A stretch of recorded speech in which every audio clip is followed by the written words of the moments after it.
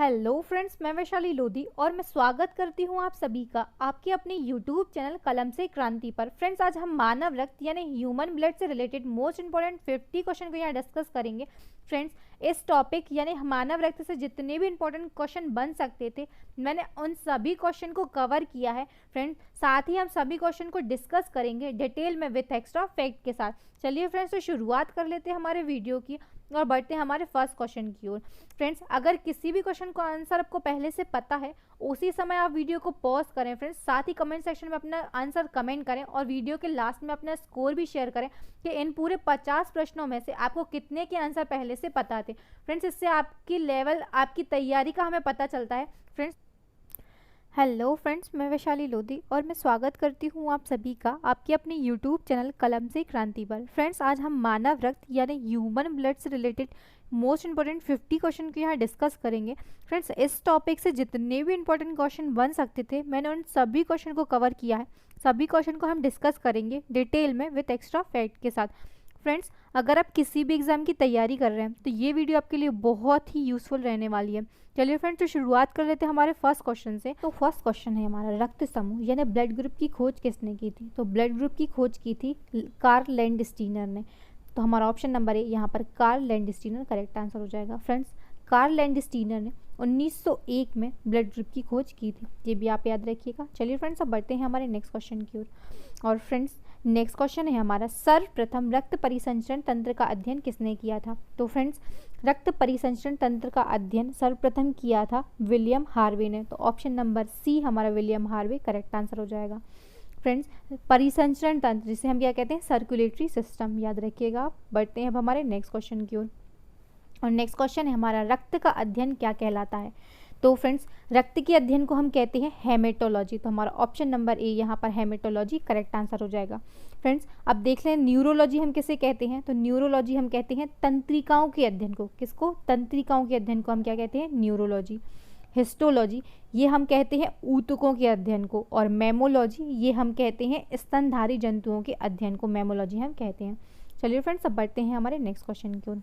तो हमारा next question है, रक्त की निर्माण की प्रक्रिया को क्या कहा जाता है? तो फ्रेंड्स, रक्त की निर्माण की प्रक्रिया को कहते हैं हम हीमोपाइसिस। तो हमारा option number A hemopoiesis correct answer हो जाएगा। चलिए फ्रेंड्स, बढ़ते हैं अब नेक्स्ट क्वेश्चन को। और फ्रेंड्स, नेक्स्ट क्वेश्चन है हमारा, मानव रक्त किस प्रकार का ऊतक है? तो फ्रेंड्स, जो मानव रक्त है ये तरल संयोजी ऊतक है।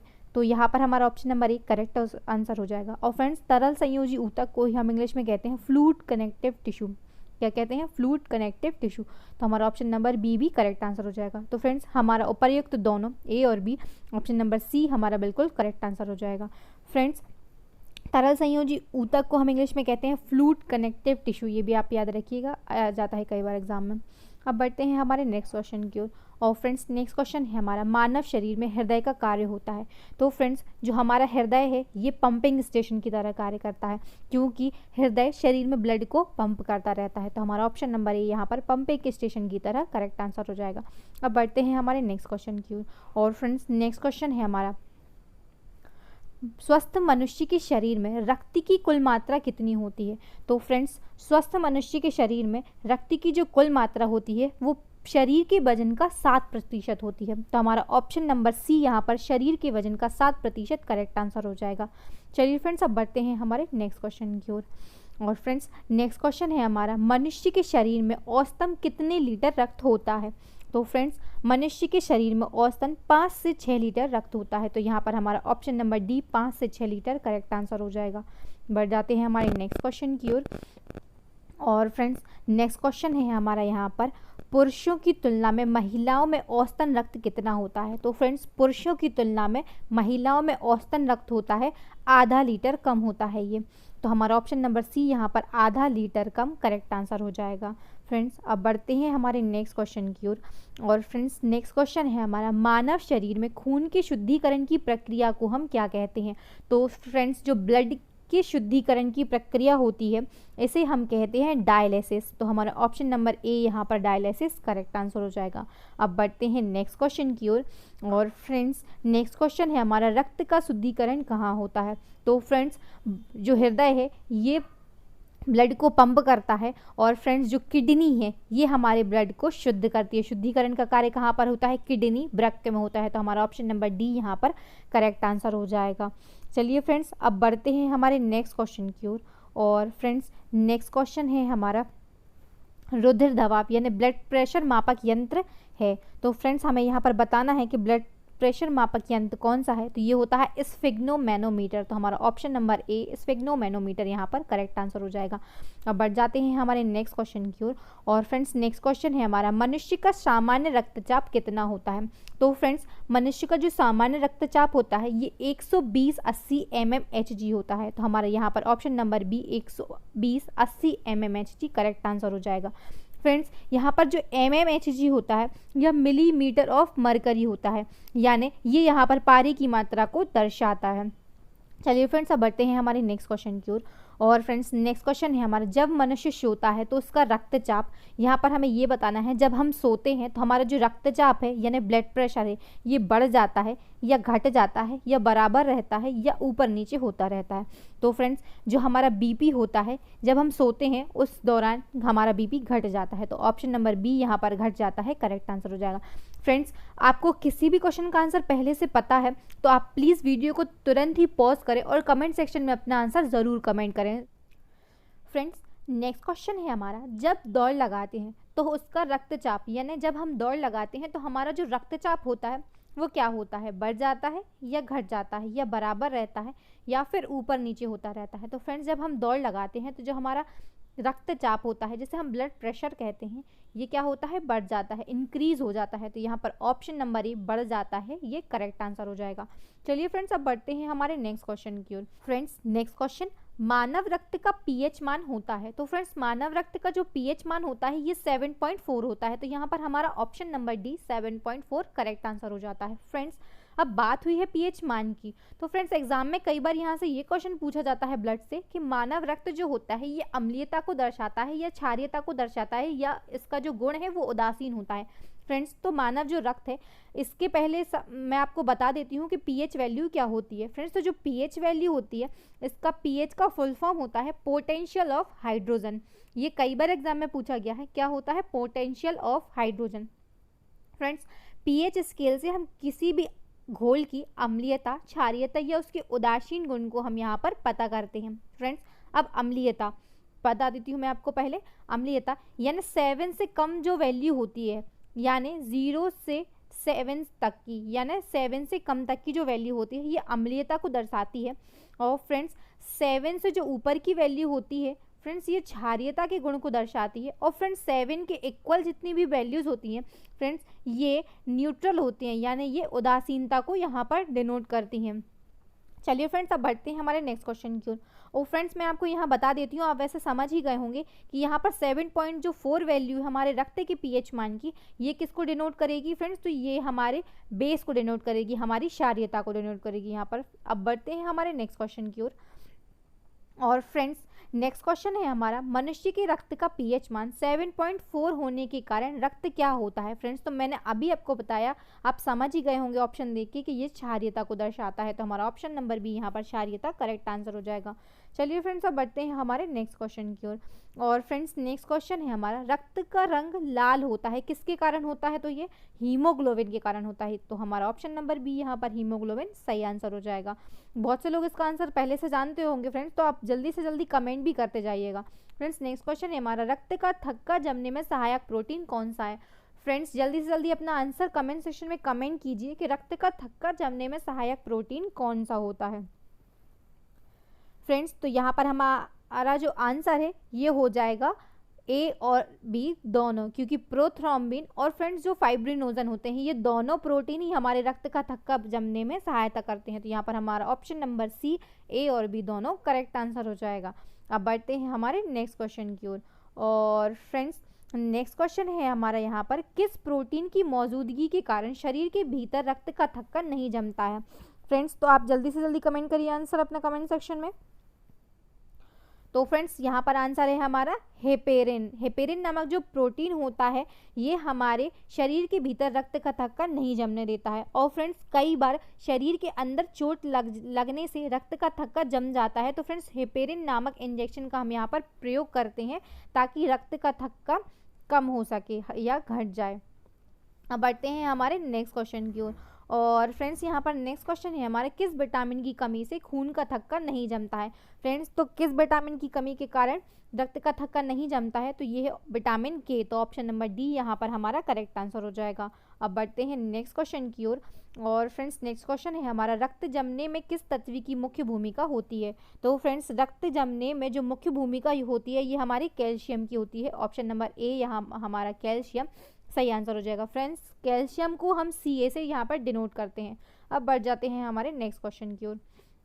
और फ्रेंड्स नेक्स्ट क्वेश्चन है हमारा, मानव रक्त में कितने प्रतिशत प्लाज्मा होता है। तो फ्रेंड्स मानव रक्त में 2 भाग होते हैं, पहला होता है प्लाज्मा और दूसरा होता है कणिकाएं। तो फ्रेंड्स जो प्लाज्मा का परसेंटेज होता है ये 55% टू 60% होता है।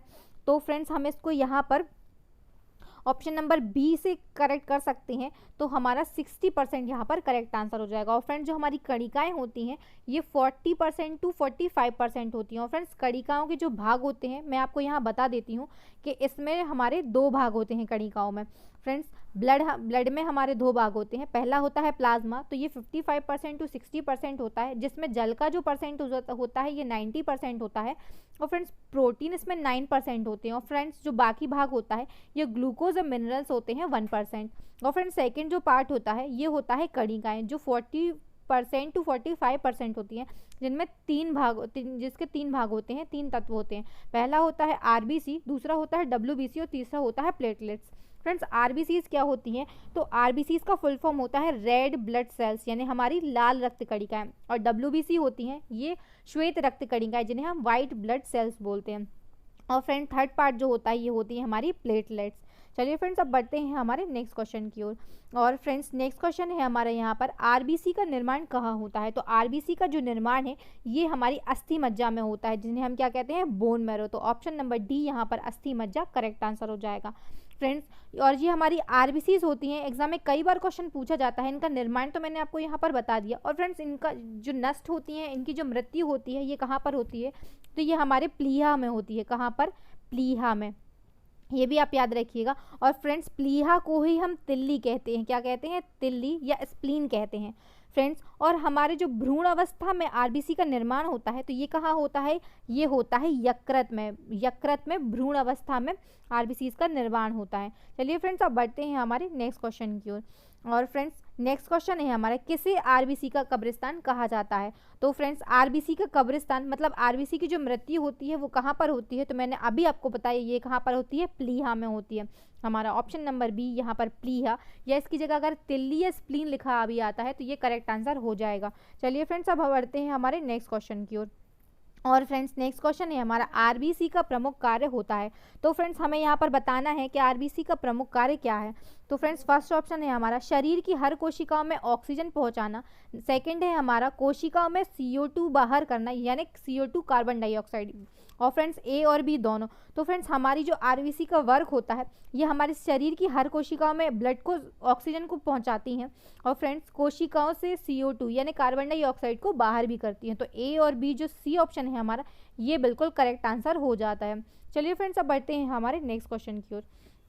फ्रेंड्स नेक्स्ट क्वेश्चन है हमारा, डब्ल्यूबीसी का प्रमुख कार्य होता है। तो फ्रेंड्स डब्ल्यूबीसी का जो प्रमुख कार्य होता है ये हमारी रोग प्रतिरोधक क्षमता को पैदा करती हैं। तो ऑप्शन नंबर ए यहाँ पर रोग प्रतिरोधक क्षमता पैदा करना करेक्ट आंसर हो जाएगा।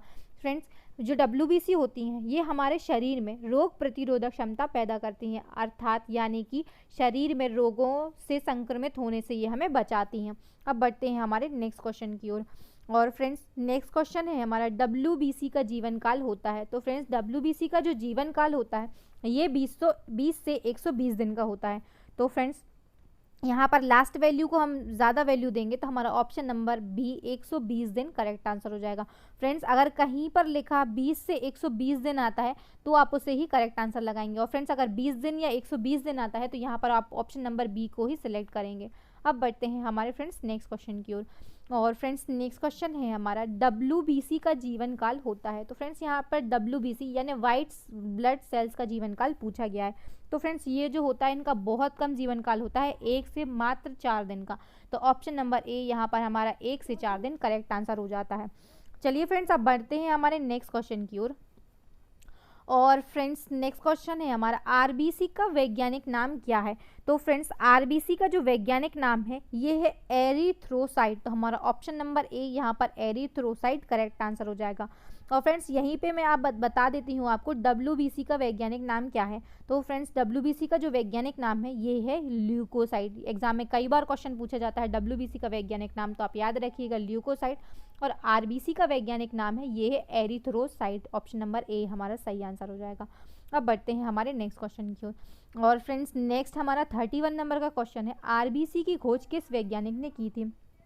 तो फ्रेंड्स आरबीसी की जो खोज है ये एंटोनी ल्यूवेनहॉक ने की थी। तो हमारा ऑप्शन नंबर बी यहाँ पर एंटोनी ल्यूवेनहॉक करेक्ट आंसर हो जाएगा। फ्रेंड्स इनके पूरे नाम की जगह कई बार ल्यूवेनहॉक भी लिखा आता है, तो आप उसे सही आंसर लगाएंगे।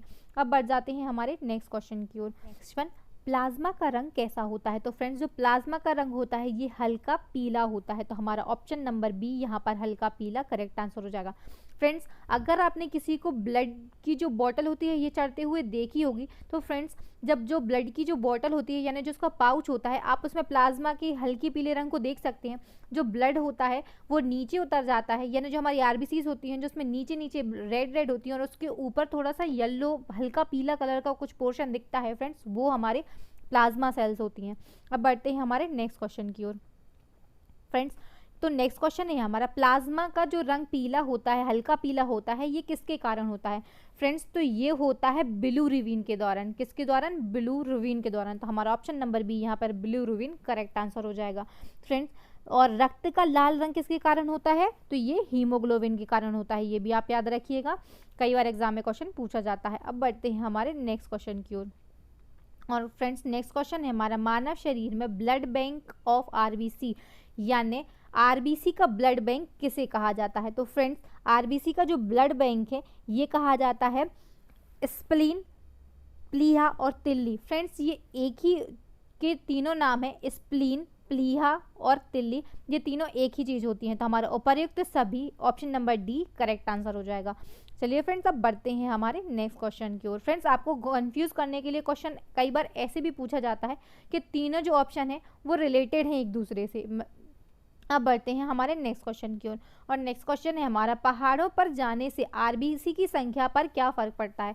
फ्रेंड्स तो पहाड़ों पर जाने में जो आरबीसी की संख्या होती हैं ये बढ़ जाती हैं। तो हमारा ऑप्शन नंबर ए यहाँ पर बढ़ जाती हैं, ये करेक्ट आंसर हो जाएगा।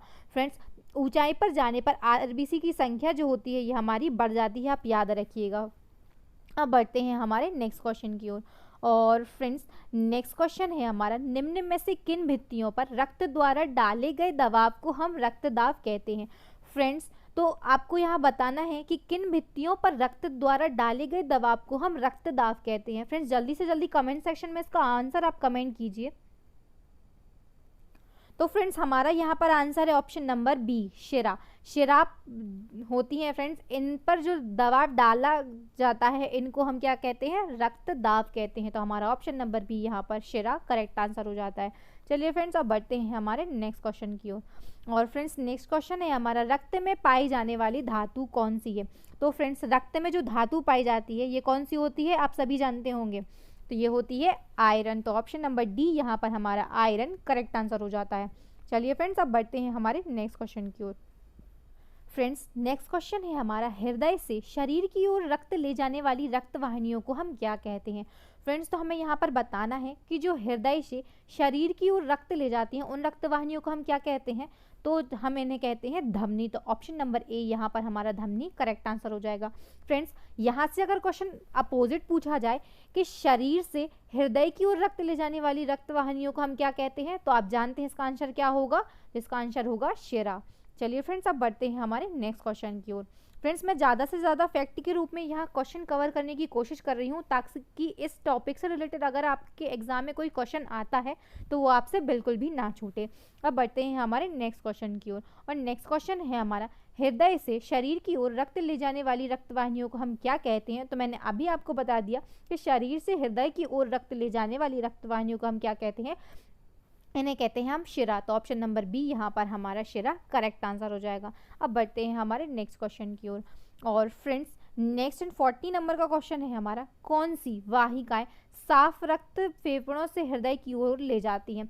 मतलब जो साफ यानी शुद्ध रक्त होता है फेफड़ों से हृदय तक कौन सी रक्त वाहिनियां ले जाती हैं फ्रेंड्स? तो ये होती हैं फुफ्फुस शिरा। तो हमारा ऑप्शन नंबर ए यहाँ पर फुफ्फुस शिरा करेक्ट आंसर हो जाएगा। अब बढ़ते हैं हमारे नेक्स्ट क्वेश्चन की ओर। और नेक्स्ट क्वेश्चन है हमारा, किसकी सहायता से रक्त द्वारा ऑक्सीजन को ले जाया जाता है? फ्रेंड्स तो आपको इसका आंसर पता होगा, तो जल्दी से जल्दी आप इसका आंसर कमेंट सेक्शन में कमेंट करें। फ्रेंड्स तो हमारा यहाँ पर आंसर है लोहित कोशिकाएं। तो ऑप्शन नंबर ए यहाँ पर हमारा जो लोहित कोशिकाएं हैं ये करेक्ट आंसर हो जाएगा। अब बढ़ते हैं हमारे नेक्स्ट क्वेश्चन की ओर। मानव रक्त के कितने समूह यानी ब्लड ग्रुप होते हैं? तो फ्रेंड्स इस क्वेश्चन का आंसर आपको जल्दी से जल्दी कमेंट सेक्शन में कमेंट करके बताना है कितने ब्लड ग्रुप होते हैं। तो इसका सही आंसर है हमारा ऑप्शन नंबर डी 4। फ्रेंड्स 4 कौन कौन से होते हैं तो मैं आपको बता देती हूँ, ए बी और ओ। फ्रेंड्स ये 4 ब्लड ग्रुप होते हैं। ए बी जो होता है ये सर्वग्राही होता है, याद रखिएगा आप क्या होता है, सर्वग्राही। और जो फ्रेंड्स ओ होता है ये सर्वदाता होता है। फ्रेंड्स सर्वदाता और फ्रेंड्स सर्वग्राही मतलब क्या होता है, ये सभी से ब्लड ले सकता है, यानी ए वाले से भी ले सकता है, बी वाले से, ए बी वाले से भी, और फ्रेंड्स ओ से भी ले सकता है। और फ्रेंड्स सर्वदाता जो होता है ये सभी को ब्लड दे सकता है, ए को भी, बी को भी, ए बी को भी, और फ्रेंड्स ओ ब्लड ग्रुप वाले को भी ये ब्लड दे सकता है। चलिए फ्रेंड्स अब बढ़ते हैं हमारे नेक्स्ट क्वेश्चन की ओर। और फ्रेंड्स नेक्स्ट क्वेश्चन है हमारा, ए बी रक्त समूह सर्वग्राही रक्त समूह होता है क्योंकि इसमें कोई एंटीजन नहीं होता है, कोई एंटीबॉडी नहीं होती है, या दोनों ही नहीं होते हैं, या इनमें से कोई नहीं। तो फ्रेंड्स जो हमारा ए बी रक्त समूह होता है इसमें किसी भी प्रकार की एंटीबॉडी नहीं होती है। तो हमारा ऑप्शन नंबर बी यहाँ पर कोई एंटीबॉडी ना होने के कारण ये करेक्ट आंसर हो जाएगा। फ्रेंड्स जो ए बी रक्त समूह होता है इसमें किसी भी प्रकार की एंटीबॉडी नहीं पाई जाती है, इसीलिए ये सभी से ब्लड ले सकता है। अब फ्रेंड्स बढ़ते हैं हमारे नेक्स्ट क्वेश्चन की ओर। और फ्रेंड्स नेक्स्ट क्वेश्चन है हमारा, किस रुधिर वर्ग में एंटीजन नहीं पाए जाते हैं? फ्रेंड्स तो हमने अभी ये तो देख लिया कि जो हमारा ए बी होता है इसमें किसी भी प्रकार की एंटीबॉडी नहीं पाई जाती हैं फ्रेंड्स। और जो हमारा ओ ब्लड ग्रुप होता है इसमें किसी भी प्रकार का फ्रेंड्स एंटीजन नहीं पाए जाते, किसमें, ओ में। तो हमारा ऑप्शन नंबर डी यहाँ पर ओ करेक्ट आंसर हो जाएगा। फ्रेंड्स जो ओ ब्लड ग्रुप होता है इसमें किसी भी प्रकार की एंटीजन नहीं पाए जा सकते हैं, इसीलिए ये किसी को भी ब्लड दे सकता है, इसीलिए ये हमारा जो ओ है ये सर्वदाता रक्त समूह होता है। अब बढ़ते हैं हमारे नेक्स्ट क्वेश्चन की ओर। फ्रेंड्स नेक्स्ट क्वेश्चन है हमारा, आरबीसी की कमी से कौन सा रोग होता है? तो फ्रेंड्स आरबीसी की कमी से जो रोग होता है उसे हम कहते हैं एनीमिया या आरक्तता। तो ऑप्शन नंबर ए यहाँ पर है हमारा एनीमिया या आरक्तता करेक्ट आंसर हो जाएगा। चलिए फ्रेंड्स अब पढ़ते हैं हमारे नेक्स्ट क्वेश्चन की ओर। और फ्रेंड्स नेक्स्ट क्वेश्चन है हमारा, रक्त में आरबीसी और डब्ल्यूबीसी का अनुपात कितना होता है? तो फ्रेंड्स आरबीसी और डब्ल्यूबीसी का जो अनुपात होता है ये 600:1 होता है। तो ऑप्शन नंबर ए 600:1 हमारा करेक्ट आंसर हो जाएगा। चलिए फ्रेंड्स अब बढ़ते हैं हमारे नेक्स्ट क्वेश्चन की ओर। नेक्स्ट क्वेश्चन, मानव शरीर के किस अंग में रक्त नहीं पाया जाता है? तो फ्रेंड्स मानव शरीर का हमें बताना है ऐसा कौन सा अंग है जिसमें रक्त नहीं पाया जाता है। फ्रेंड्स हृदय जो होता है ये ब्लड को पंप करता है, फेफड़ों में रक्त पाया जाता है, यकृत में भी रक्त पाया जाता है। और फ्रेंड्स ऑप्शन नंबर जो डी है हमारा कॉर्निया, ये करेक्ट आंसर हो जाएगा। कॉर्निया में फ्रेंड्स रक्त नहीं पाया जाता क्योंकि ये वातावरण के संपर्क में होता है फ्रेंड्स, जिससे रक्त ना मिलने पर भी इसमें ऑक्सीजन इसको मिलती रहती है कॉर्निया को फ्रेंड्स। और आप याद रखिएगा ये क्वेश्चन भी एग्जाम में कई बार पूछा जाता है कॉर्निया से रिलेटेड कि नेत्रदान के समय आंख के किस भाग को हम दान करते हैं? तो किसको दान करते हैं? कॉर्निया को ही दान करते हैं। अब बढ़ते हैं हमारे नेक्स्ट क्वेश्चन की ओर। नेक्स्ट वन, आरबीसी की संख्या किस यंत्र के द्वारा ज्ञात की जाती है? तो जो आरबीसी की संख्या होती है ये हीमोसाइटोमीटर के द्वारा ज्ञात की जाती है। तो ऑप्शन नंबर ए हमारा हीमोसाइटोमीटर करेक्ट आंसर हो जाएगा। फ्रेंड्स जल्दी से कमेंट करके आपको बताना है स्फिग्नोमेनोमीटर का यूज़ हम किस लिए करते हैं। चलिए फ्रेंड्स अब बढ़ते हैं हमारे नेक्स्ट क्वेश्चन की ओर। और फ्रेंड्स नेक्स्ट क्वेश्चन है हमारा, कॉकरोच का रक्त किस रंग का होता है? तो फ्रेंड्स कॉकरोच का जो रक्त होता है ये सफ़ेद रंग का होता है। तो ऑप्शन नंबर ए हमारा सफ़ेद करेक्ट आंसर हो जाएगा। चलिए फ्रेंड्स अब बढ़ते हैं हमारे नेक्स्ट क्वेश्चन की ओर। और नेक्स्ट क्वेश्चन है हमारा, कॉकरोच के रक्त का रंग सफ़ेद किस कारण होता है? तो फ्रेंड्स, जो कॉकरोच का रक्त होता है ये सफ़ेद होता है हीमोलिम्फ के द्वारा। एग्जाम में कई बार क्वेश्चन पूछा गया है, याद रखिएगा, हीमोलिम्फ आंसर है इसका। और फ्रेंड्स, आप जानते ही हैं साथ में हीमोग्लोबिन है, ये हमारे ब्लड के लाल होने के कारण है। हमारा जो ब्लड होता है ये हीमोग्लोबिन के कारण लाल होता है। और फ्रेंड्स, बिलिरुबिन भी आपको पता है, प्लाज्मा का रंग जो हल्का पीला होता है ये बिलिरुबिन के द्वारा होता है। फ्रेंड्स, नेक्स्ट एंड लास्ट हमारा चैलेंजिंग क्वेश्चन है आप सभी के लिए, जिसका आंसर आपको कमेंट सेक्शन में देना है कमेंट करके। और फ्रेंड्स, हमारा क्वेश्चन है, अंतरिक्ष में जाने वाले प्रथम भारतीय कौन थे? तो फ्रेंड्स, अंतरिक्ष में जाने वाले जो प्रथम भारतीय थे, आपको इसका आंसर कमेंट सेक्शन में देना है कमेंट करके। और फ्रेंड्स, ये भी साथ में मेंशन करना है कि वो कब अंतरिक्ष में गए थे और फ्रेंड्स वो कितने दिन वहाँ पर रुके थे। चलिए फ्रेंड्स, मिलते हैं नेक्स्ट वीडियो में। वीडियो देखने के लिए फ्रेंड्स आपका बहुत बहुत धन्यवाद। अगर वीडियो अच्छा लगा हो तो प्लीज़ वीडियो को लाइक करें, इसे ज़्यादा से ज़्यादा शेयर करें अपने दोस्तों भाई बहनों के साथ। व्हाट्सअप, टेलीग्राम, फेसबुक सभी पर आपकी एजुकेशन से रिलेटेड जितने भी ग्रुप हों उन सभी में फ्रेंड्स इसको आप शेयर करें फ्रेंड्स। और आप हमारी प्लेलिस्ट को भी साथ में विजिट करें। और अगर आप चैनल पर नए हैं तो फ्रेंड्स, अगर आपने चैनल को अभी तक सब्सक्राइब नहीं किया है तो प्लीज़ चैनल को सब्सक्राइब कर लें, साथ ही बेल आइकन पर ज़रूर क्लिक करें ताकि हमारे आने वाले वीडियोस के नोटिफिकेशन जो है वो आपको टाइम टू टाइम मिलते रहें और आपसे कोई भी इंपॉर्टेंट वीडियो मिस ना हो। थैंक यू फ्रेंड्स, मिलते हैं नेक्स्ट वीडियो में।